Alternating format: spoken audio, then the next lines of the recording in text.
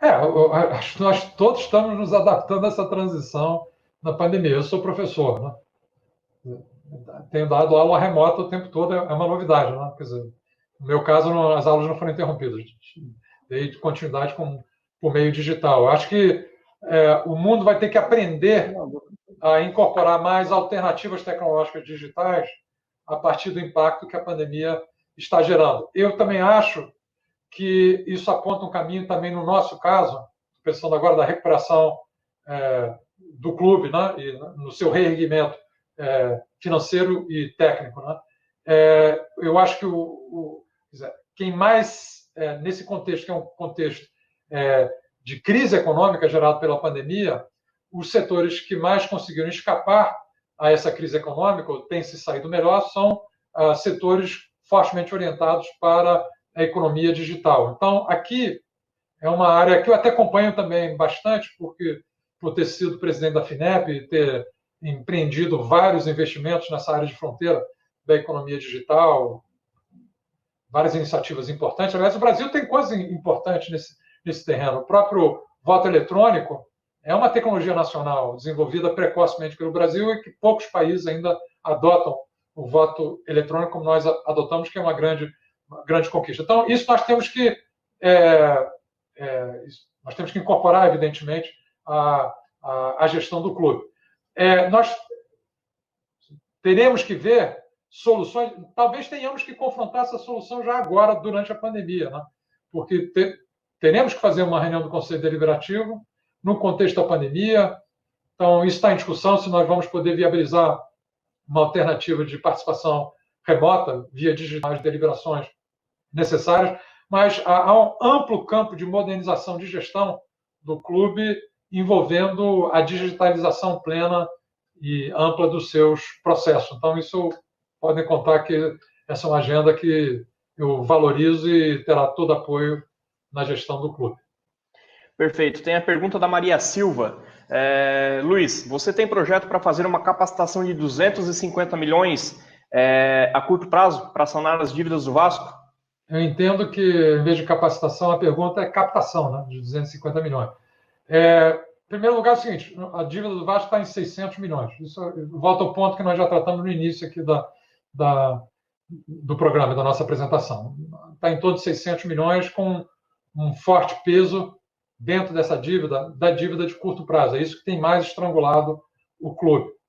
Evidentemente, uma gestão estratégica de recuperação das receitas do clube passa por alavancar as suas receitas tradicionais já existentes, que, em última instância, envolvem formação e valorização de atletas.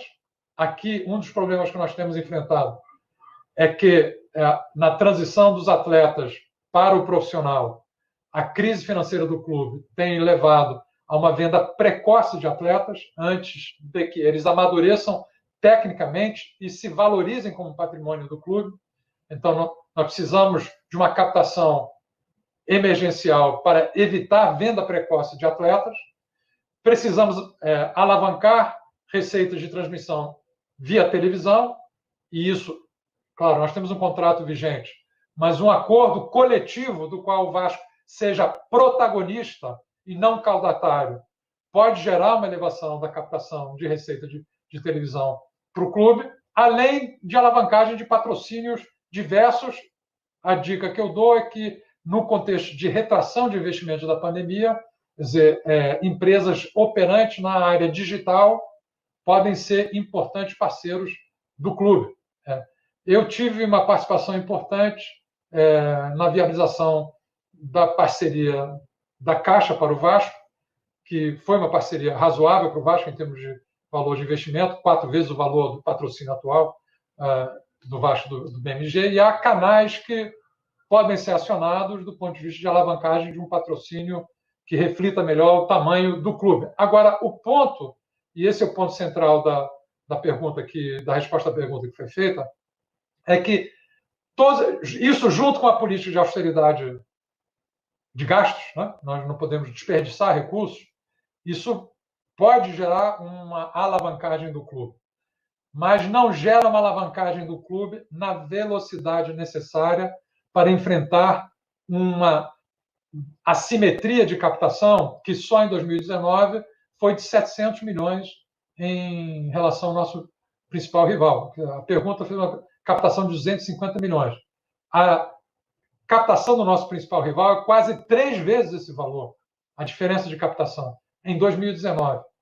Então, por isso é que eu defendi no início do programa, e volto a afirmar aqui, que eu acho que o caminho que pode viabilizar uma captação de investimento maior do que foi introduzido, significativamente maior do que foi, inclusive, introduzido na pergunta aqui que foi feita, é uma alternativa de modelo de clube-empresa para o Vasco. Acho que esse é o que pode produzir resultados estruturantes no menor prazo de tempo, desde que, e essa é a condição, para que eu, pessoalmente, aceite essa alternativa e a viabilize, né, do ponto de vista da montagem, o Vasco tenha controle acionário da empresa a ser montada, do clube empresa a ser montado para gerir o futebol.